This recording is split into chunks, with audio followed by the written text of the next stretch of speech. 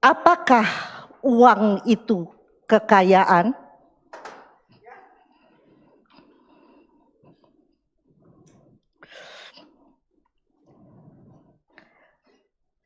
Next.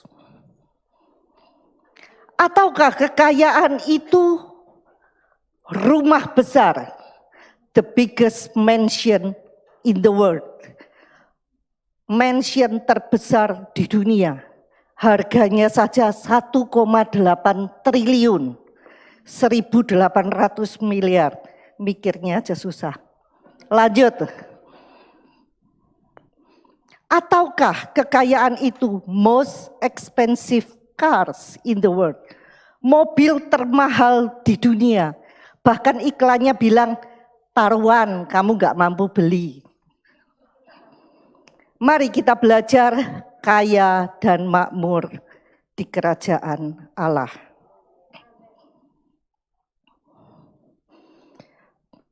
Uang bagian dari kekayaan, tetapi uang itu bukanlah kekayaan.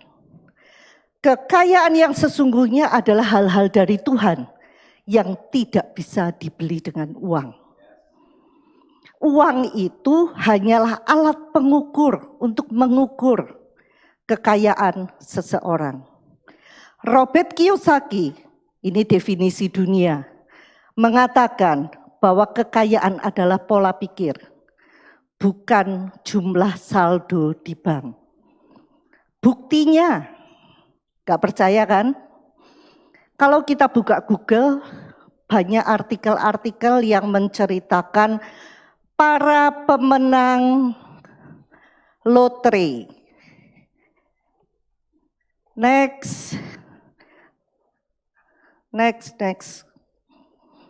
Para pemenang lotre, mereka memenangkan jutaan dolar.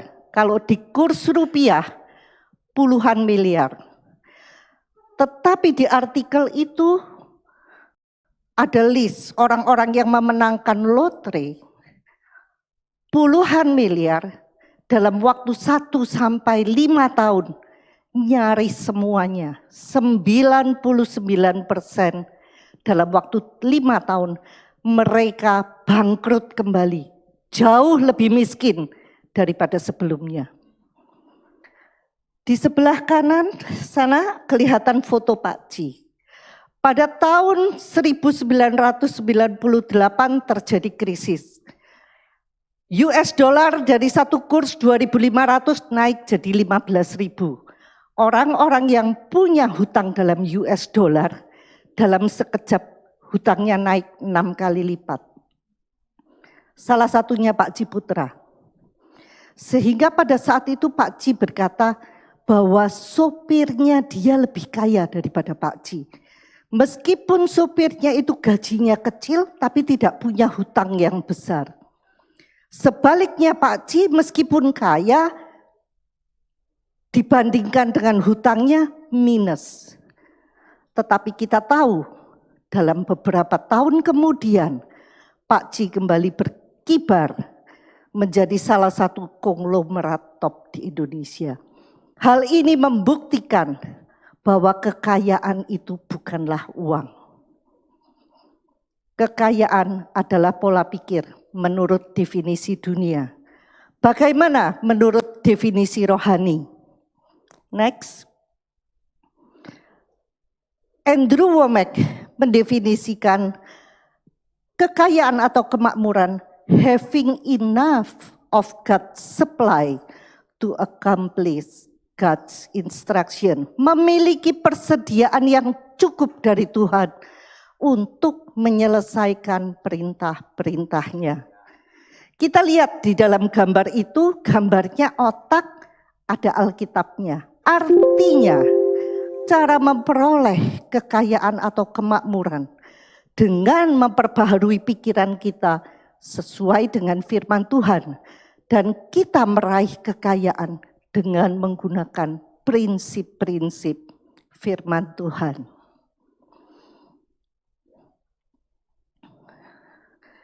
Kemakmuran atau kekayaan, kedua kata ini sering dibolak-balik. David Kotter mendefinisikan kekayaan atau kemakmuran adalah kepemilikan fisik yang memadai untuk hidup dan berkembang sebagai manusia yang diciptakan menurut gambar Allah. Perhatikan, dengan sikap hati dan tujuan khusus dalam menggunakan harta miliknya sesuai dengan kehendak Allah. Ringkasnya, makmur atau kaya itu punya cukup. Apapun yang kita butuhkan cukup. Bahkan masih punya ekstra. Untuk apa ekstranya? Bukan untuk pamer sama tetangga, tetapi ekstranya untuk dibagikan kepada orang lain. Diberkati untuk menjadi berkat. Kemakmuran yang alkitabiah meliputi roh, jiwa, dan tubuh. Roh kita sudah pasti makmur. Allah ada di sana. Bagi orang yang sudah lahir baru, roh Allah tinggal di dalam roh kita. Jiwa kita, pikiran kita dipenuhi damai sejahtera. Emosi kita stabil. Kehendak kita selaras dengan firman Tuhan. Sehingga kita pun punya kesehatan ilahi. Tidak hanya itu, kemakmuran ilahi, kita diberikan karunia untuk menikmati berkat yang Tuhan berikan.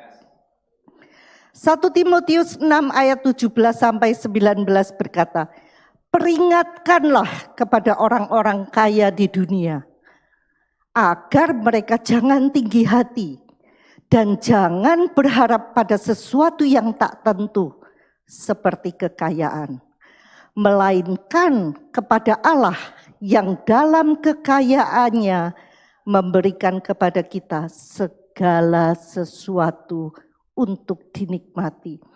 Perhatikan, kemampuan menikmati berkat Allah itu sebuah anugerah.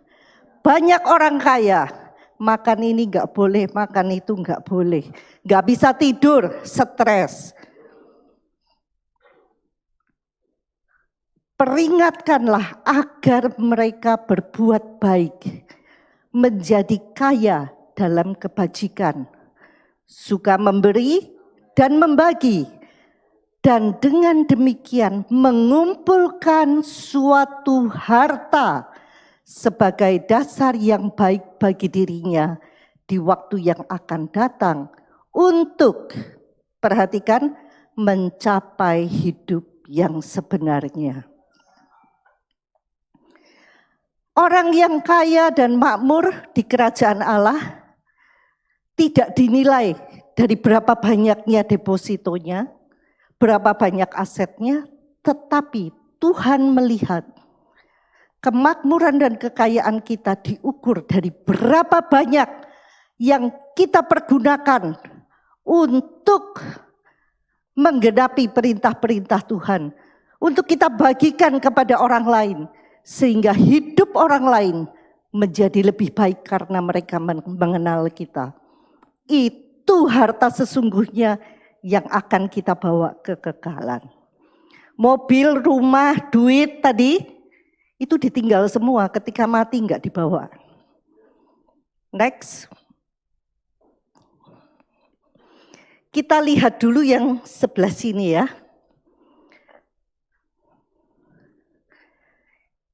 Yang sebelah sini kita lihat dulu. Harvard Business Review menerbitkan artikel Why Rich People Aren't as Happy as They Could Be. Kita berpikir orang kaya mesti bahagia.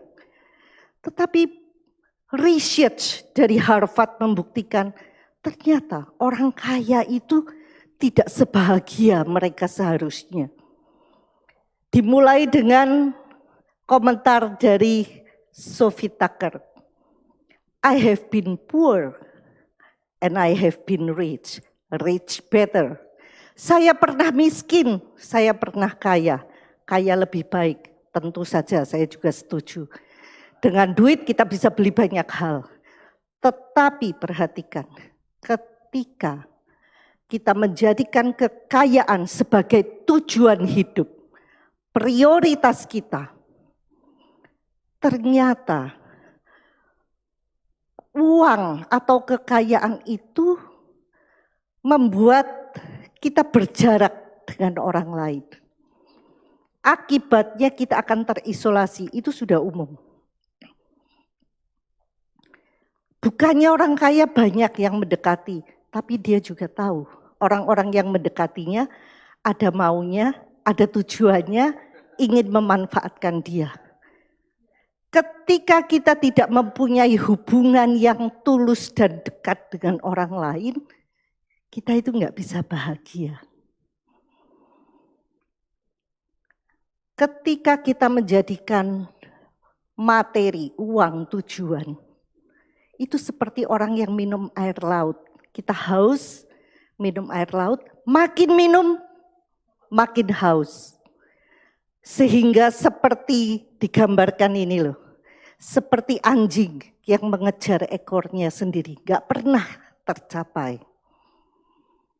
Tahukah kita, orang kaya itu di ranking, selalu di majalah, di televisi, di media, oh si A, 5 besar orang terkaya di Indonesia. Sebetulnya meskipun sekarang ranking masuk 5 besar, kemudian besok masuk 20 besar, tetap kaya kan. Tetapi sifat manusia, dia nggak mau kalau turun. Naik mau nggak, turun nggak mau. Nggak suka. Itulah sebabnya membuat kayak pacuan tikus, nggak ada habisnya. Kita lihat gambar yang kedua ini. Adolf Merkel. Beliau orang nomor 5 terkaya di Jerman.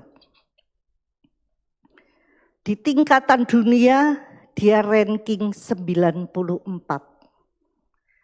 Kok banyak Bu ranking 90? Jangan lupa di dunia ini miliaran orang. Ranking 94 itu sudah pencapaian luar biasa. Pada krisis tahun 2007-2008, Adolf Merkel kehilangan banyak uangnya. Kemudian dia berusaha mengembalikan kekayaannya dengan invest di VW. Ternyata perhitungannya salah, rugi lagi. Akhirnya pada pertengahan tahun 2009, Adolf Merkel memilih bunuh diri, menabrakkan diri pada kereta yang lewat.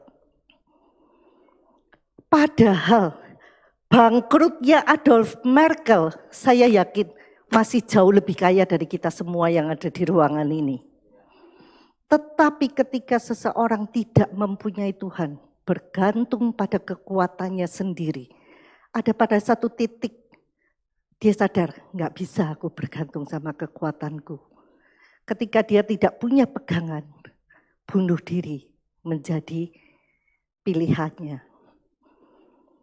Orang yang mengejar kekayaan itu kerap kali ketika mereka sudah sampai pada puncak kekayaan, kemudian mereka sadar.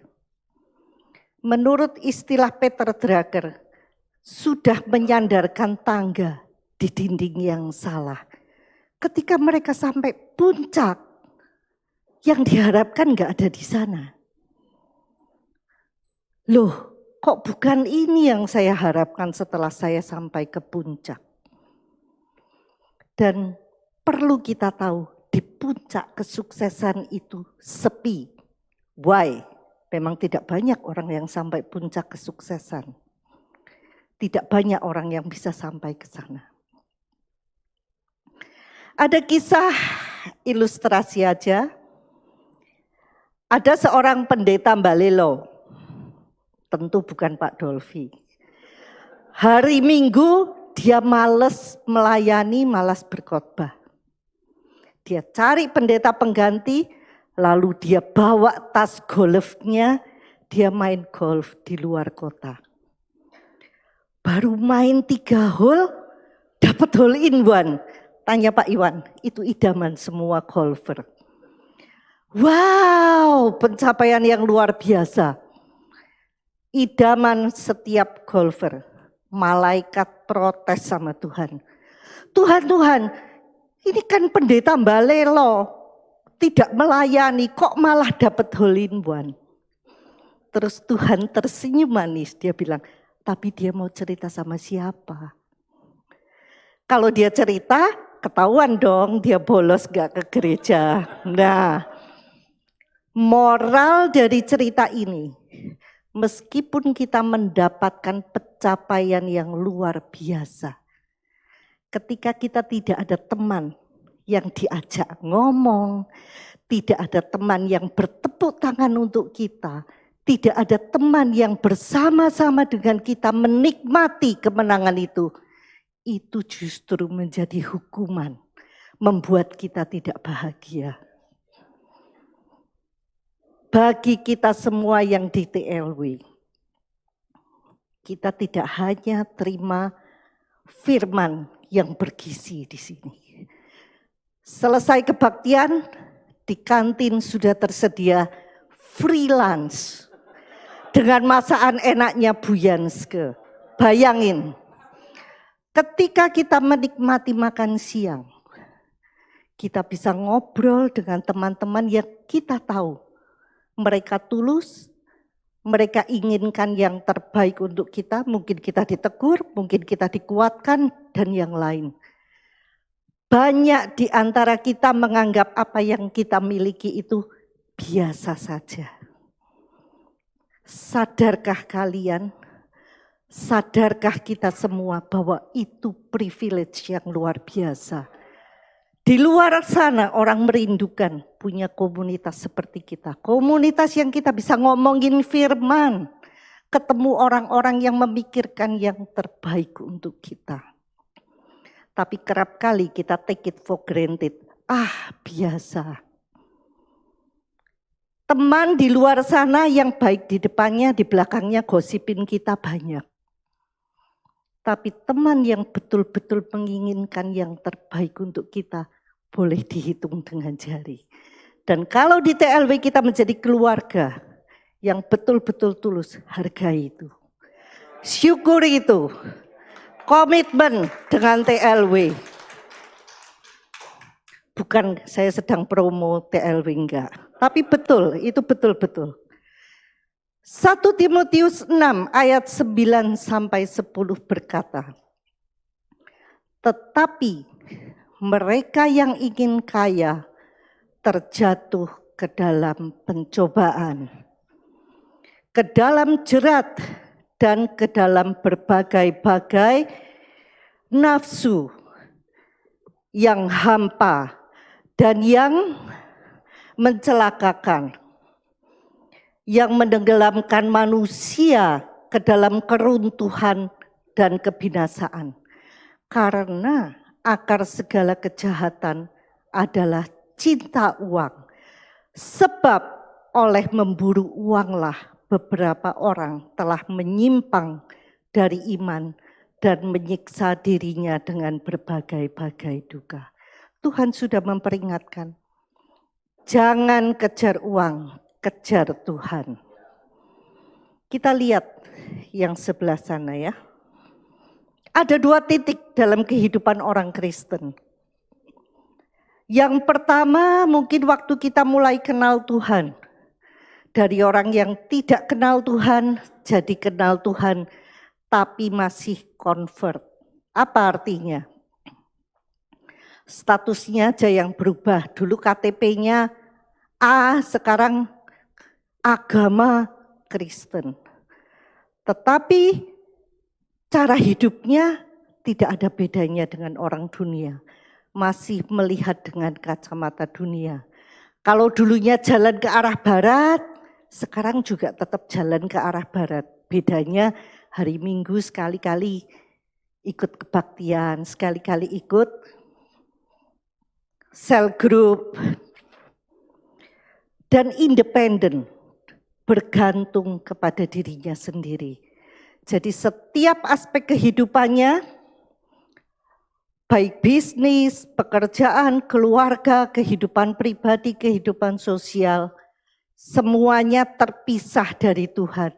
Berdoa enggak? Ya mungkin berdoa pagi, 5-10 menit. Tetapi sepanjang hari hidup menurut pemikirannya sendiri. Apa yang dia pikir baik, dia lakukan. Setiap kita pernah mengalami masa ini. Dan titik akhirnya yang Tuhan inginkan adalah kita repentance, bertobat. Kalau dulunya berjalan ke arah barat, kenal Tuhan berjalan ke arah timur. Bergantung kepada Tuhan dalam segala sesuatu. Melihat segala sesuatu dari kacamata Allah. Menjadikan Tuhan pusat dari kehidupannya. Baik keluarga, kehidupan rohani, kehidupan sosial, bisnis, dan segala sesuatu pusatnya Tuhan. Kalau meminjam istilah Pak Iwan, dalam setiap keputusan Tuhan diuntungkan apa? Apakah kalau saya melakukan ini saya mempermuliakan nama Tuhan atau tidak? Kebanyakan kita di titik atas ya enggak. Sudah di TLW udah diajarin bagus-bagus tiap minggu. Tetapi mungkin kita sampai ke sini juga belum. Jadi kebanyakan kita sedang dalam proses. Semakin hari semakin menyerupai Kristus. Next. Apakah uang itu penting? Tentu saja. Uang itu alat tukar. Kalau di Indonesia kita butuh ini. Tapi kalau pakai ini enggak laku di Indonesia. Sebaliknya kalau ke Eropa pakai ini enggak laku. Kita butuh ini. Uang itu netral. Tidak baik dan tidak jahat. Tergantung di tangan siapa dan siapa yang mengelolanya. Yang Tuhan tidak suka adalah cinta uang. Kita menganggap uang begitu pentingnya sehingga menjadi saingannya Tuhan. Ada satu hal penting di sini. Lukas 16 ayat 10 sampai 12 berkata demikian. Barang siapa setia dalam perkara-perkara kecil, ia setia juga dalam perkara-perkara besar. Dan barang siapa tidak benar dalam perkara-perkara kecil, ia tidak benar juga dalam perkara-perkara besar. Jadi jikalau kamu tidak setia dalam hal mamon yang tidak jujur, mamon itu uang, harta, materi, siapakah yang akan mempercayakan kepadamu harta yang sesungguhnya? Dan jikalau kamu tidak setia dalam hal harta orang lain, siapakah yang akan menyerahkan hartamu sendiri kepadamu? Tuhan bilang, uang ini yang terkecil dalam kerajaan Allah. Dulu saya nggak ngerti, saya sekolah sudah lulus sih, ujian-ujian semua lulus. Tapi saya nggak ngerti ini. Ternyata saya baru paham, kami suka jalan-jalan. Jadi kami kalau jalan 2, 3, 4 putaran. Putaran yang terkecil itu 1 putaran. Nah, uang ini menggambarkan 1 putaran. Artinya, kalau kita tidak bisa jalan 1 putaran, mustahil kita bisa jalan 2, 3, 4 putaran. Dan uang ini yang terkecil, 1 putaran. Omong kosong kalau kita tidak bisa mempercayakan uang kita kepada Tuhan, kok kita mau punya iman yang besar yang lebih-lebih 2, 3, 4 putaran? Mustahil. Dulu saya enggak percaya hal itu. Sejak awal saya kenal Tuhan, saya selalu memberi, saya selalu berbagi. Apakah saya diberkati? Diberkati sekali. Semua yang saya miliki berkat dari Tuhan. Saya memulai bisnis dari nol. Tetapi ternyata saya tidak menyerahkan kepemilikan uang saya ini kepada Tuhan. Gak ada yang tahu, teman-teman ya gak ada yang tahu, kelihatannya dari luar rohani sih. Saya tetap beranggapan ini uang saya. Ada bagiannya Tuhan, tapi ini duit saya. Jadi saya belum bisa melewati yang satu putaran. Apa bedanya? Sampai suatu ketika saya mendapatkan pewahyuan dari Tuhan. Yeni, kamu harus serahkan kepemilikan uangmu itu kepada saya. Gak gampang. Ternyata mau mempercayai Tuhan untuk duit itu betul-betul gak gampang. Gak tahu orang lain, buat saya gak gampang. Sampai akhirnya saya bilang, oke Tuhan, mulai detik ini semua duit saya, anak saya, suami saya, bisnis saya, semua punya Tuhan. Saya hanya pengelola. Apa yang membedakan ketika saya sudah menyerahkan kepemilikan ini kepada Tuhan dengan yang sebelumnya? Kalau saya tidak praktek, saya tidak pernah tahu. Perbedaannya iman saya sekarang bulat. Karena saya bisa melewati yang satu putaran, saya bisa naik ke yang 2, 3, 4 putaran. Dalam hidup selalu ada masalah. Yang membedakan ketika saya sudah menyerahkan keuangan saya kepada Tuhan, sebelum saya menghadapi masalah besar, entah bagaimana saya tahu aja, Tuhan suruh saya baca 2 buku. Yang satu bukunya saya sudah pernah baca 25 tahun yang lalu. Saya belajar taat, saya baca bukunya. Setelah itu dapat kabar masalah besar muncul. Ternyata 2 buku ini persiapan Tuhan karena saya akan menghadapi masalah yang besar. Yang membedakan kalau dulu ketika ada masalah besar saya seringkali gak bisa tidur. Stres, takut. Ketika saya sudah menyerahkan keuangan saya kepada Tuhan, iman saya bulat. Entah bagaimana ketika pertama kali saya dapat info dari staf saya, Bu ada masalah ini. Langsung muncul di kepala, malapetaka tidak akan menimpa kamu dan tulah tidak akan mendekat kepada kemahmu. Dan masalahnya itu cukup berkepanjangan, bukan sehari 2 hari selesai gampang ceritanya. Ini berbulan-bulan. Saya tahu persis Tuhan ada di pihak saya. Saya tahu persis Tuhan yang akan berperang untuk saya. Bahkan saya diingatkan sekali ketika Musa terjepit di belakang Firaun di depan Laut Teberau, Tuhan membelah Laut Merah.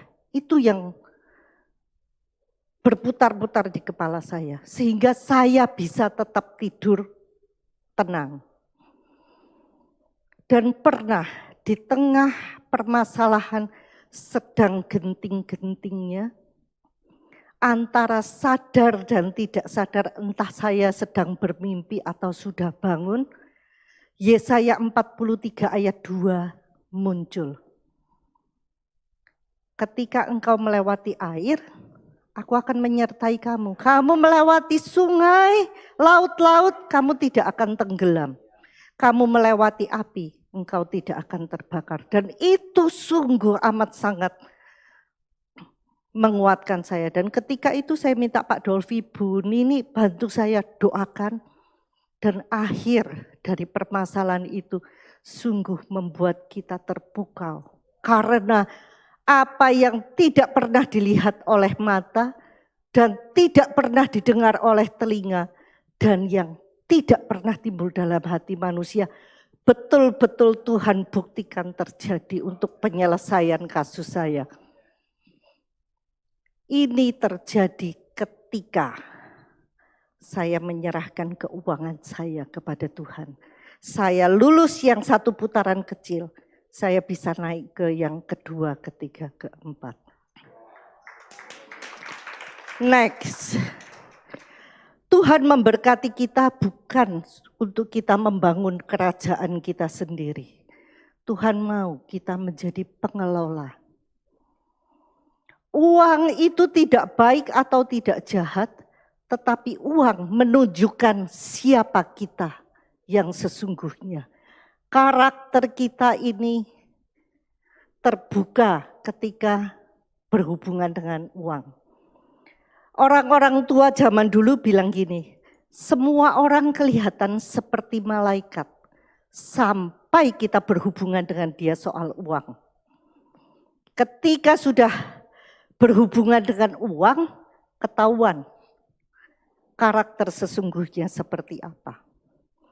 Ketika kita diberikan dana oleh TLW, apakah kita mengelolanya seperti milik kita sendiri? Dengan hemat, sepantasnya. Kalau ada sisa gimana? Ya balikin untuk pelayanan berikutnya.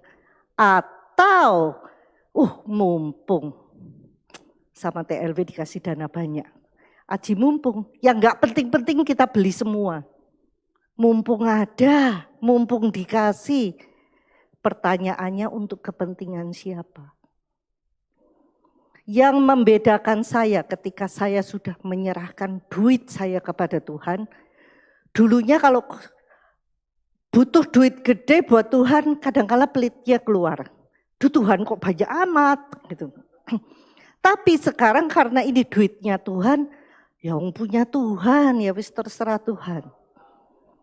Tetapi di sisi lain, dulu saya seringkali sungkan sama teman.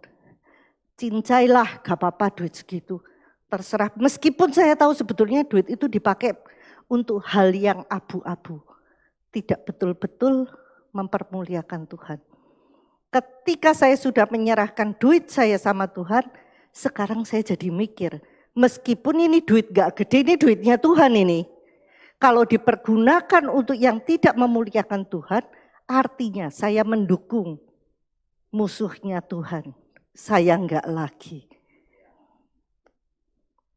Next, Tuhan ingin kita makmur. 3 Yohanes 1 ayat 2. Kita makmur dan sehat kalau jiwa kita makmur. Ulangan 8 ayat 18 berkata, tetapi haruslah engkau ingat kepada Tuhan Allahmu, sebab dialah yang memberikan kepadamu kekuatan untuk memperoleh kekayaan dengan maksud meneguhkan perjanjian yang diikrarkannya dengan sumpah kepada nenek moyangmu seperti sekarang ini. Tuhan ingin kita makmur, tapi bukan dengan cara kasih duit ke kita. Tetapi Tuhan memberikan kepada kita kekuatan, kemampuan untuk memperoleh kekayaan. Uang ini begitu krusial penting karena hampir sebagian besar waktu kita itu dipergunakan untuk cari nafkah, cari duit. Sehingga mudah sekali bagi kita merasa ini duitku. Ini duitku, aku yang kerja ini, aku yang mikir. Bagaimana cara Tuhan memberkati kita? Koinonia, ketika kita bersekutu dengan Tuhan, melalui firman, doa, bersekutu dengannya, Tuhan akan membuat kita lebih bersinar. Boleh yang tadi, Tuhan membuat kita lebih bersinar daripada orang lain. Bukan karena hebatnya kita, tapi karena Tuhan yang memberkati kita. Kita berada di tempat yang tepat, pada saat yang tepat, menjadi orang yang tepat, punya hikmat, kreativitas yang tidak dipunyai oleh orang lain, karena Tuhan yang memberikan hikmatnya kepada kita. Dan kita tahu persis cara mengeksekusi proyek ini, cara mengerjakan proyek itu. Tuhan yang membuat kita berhasil. Sumber berkat dan perkenanan kita dari Tuhan. Karena Tuhan yang bikin orang suka sama kita lebih dari yang lain. Kita mendapat perkenanan Tuhan di hadapan Allah dan di hadapan manusia. Cara Tuhan memberkati kita, hukum tabur tuai. Kalau kita tidak menabur, kita tidak menuai. Bagi yang sudah pernah main ke rumah saya, di rumah saya ada pohon mangga, durian, kelengkeng. Tentunya karena saya menanam mangga, durian, kelengkeng, pada suatu hari saya akan panen mangga, durian, kelengkeng. Tetapi saya tidak menanam semangka. Tentunya saya tidak bisa berharap saya akan panen semangka. Masuk akal bukan? Apapun yang kita tabur berbuah sesuai jenisnya. Saya menabur senyuman, saya akan terima senyuman. Saya menabur kebaikan, saya akan terima kebaikan. Saya menabur uang, saya akan menerima uang. Lukas 6 ayat 38 mengatakan, beri maka kamu akan diberi. Suatu takaran yang dipadatkan, digoncang keluar akan dicurahkan ke dalam ribaanmu. Sebab perhatikan, ukuran yang kamu pakai untuk mengukur akan diukurkan kepada kamu. Jadi sebetulnya Tuhan sudah kasih poin-poin prinsipnya. Ukuran yang kita beri ya itu, kita terimanya itu. Kemudian perumpamaan talenta. Tuhan sudah mengajarkan kalau kita setia, dipercaya dengan 5 talenta, kita mengelolanya dengan baik, maka Tuhan tambahkan lagi 5 talenta lagi. Hukum pelipat gandaan terjadi. Next. Tuhan memberkati kita untuk apa? Apa perintah Tuhan? Mengabarkan kabar baik dan memuridkan. Patokannya gampang sekali. Salurkan duit kita ke tempat di mana Injil diberitakan, pemuritan dijalankan. Kita diberkati untuk menjadi berkat bagi orang lain. Ulangan 28 ayat 8 berkata, Tuhan memerintahkan berkat ke dalam lumbungmu dan ke dalam segala usahamu. Artinya kalau kita mau diberkati, kita harus punya lumbung. Apa itu lumbung? Tabungan. Tuhan memberkati kita melalui tabungan kita. Dan Tuhan memberkati melalui apa yang dikerjakan oleh tangan kita. Kita sudah belajar yang lalu, kalau kita tidak bekerja, usahanya nol. Tuhan memberkati 30, 60, 100 kali lipat, kali nol jadi nol. Bukan salah Tuhan tidak memberkati kita. Tapi kalau kita tidak bekerja, berkat tidak bisa datang.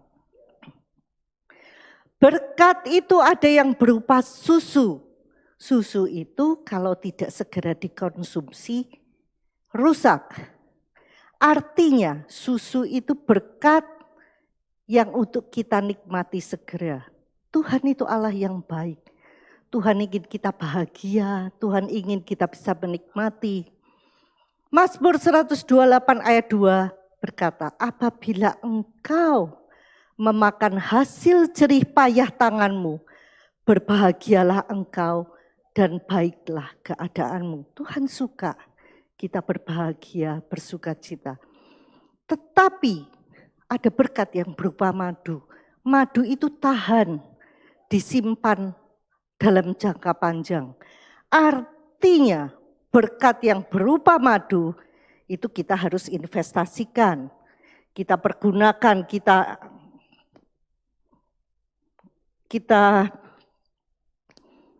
investasikan, kita pergunakan, mungkin anak kita mau sekolah, kita persiapkan untuk banyak hal. Kita tabur untuk bertumbuh. Dan berkat itu ada yang berupa roti untuk kita nikmati sendiri. Dan ada yang berupa benih untuk kita tanam. Kita bagikan kepada orang lain. Next. Grace, anugerah Tuhan. Apapun yang kita butuhkan ada di dalam anugerah Tuhan. Anugerah Tuhan gratis, komplit, plit.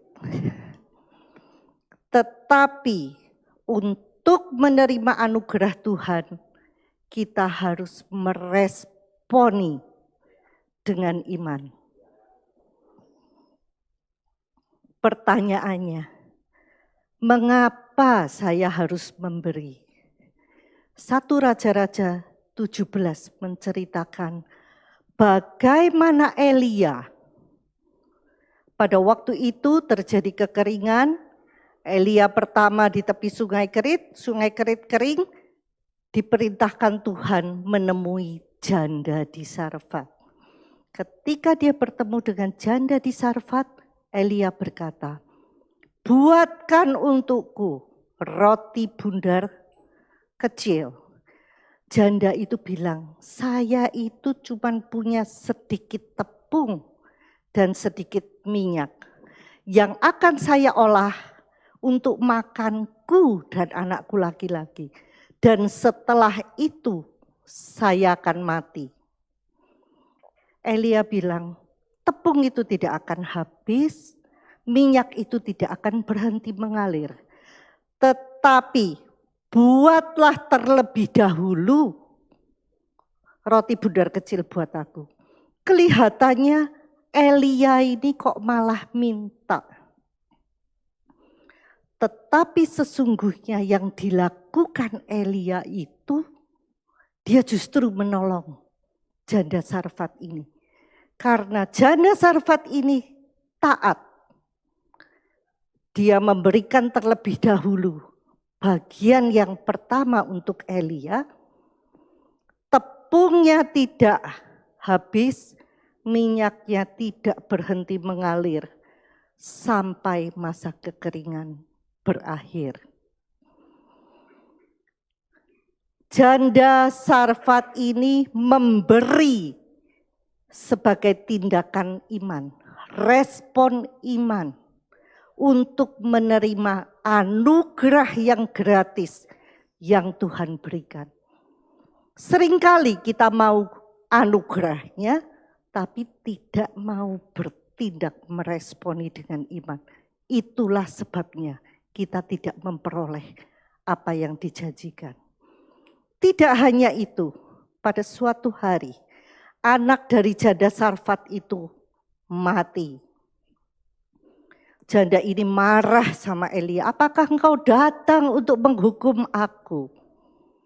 Kemudian Elia mendoakan anak si janda Sarfat dan dia hidup kembali. Apa pelajaran di balik ini? Ketika kita memberikan keuangan kita, itu tidak hanya kembalinya dalam bentuk uang, tetapi kehidupan, kesehatan, relationship, dan sebagainya. Karena kita sudah lulus yang 1 putaran kecil, maka kita bisa naik ke level yang 2, 3, 4, 5 putaran, hingga yang tidak terhingga.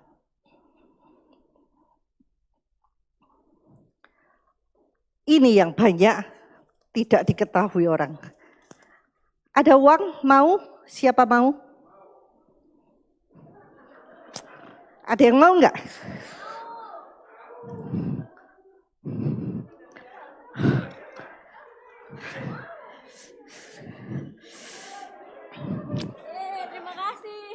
Iya. Inilah gambaran anugerah. Anugerah tadi saya tawarkan kepada semua orang.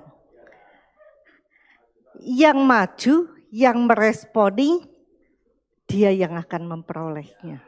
Sama seperti kita. Yang ini enggak dibagikan, ini lebih gede nih, 50 euro. Nanti ya Pak, yang 50 euro tidak dikasihkan.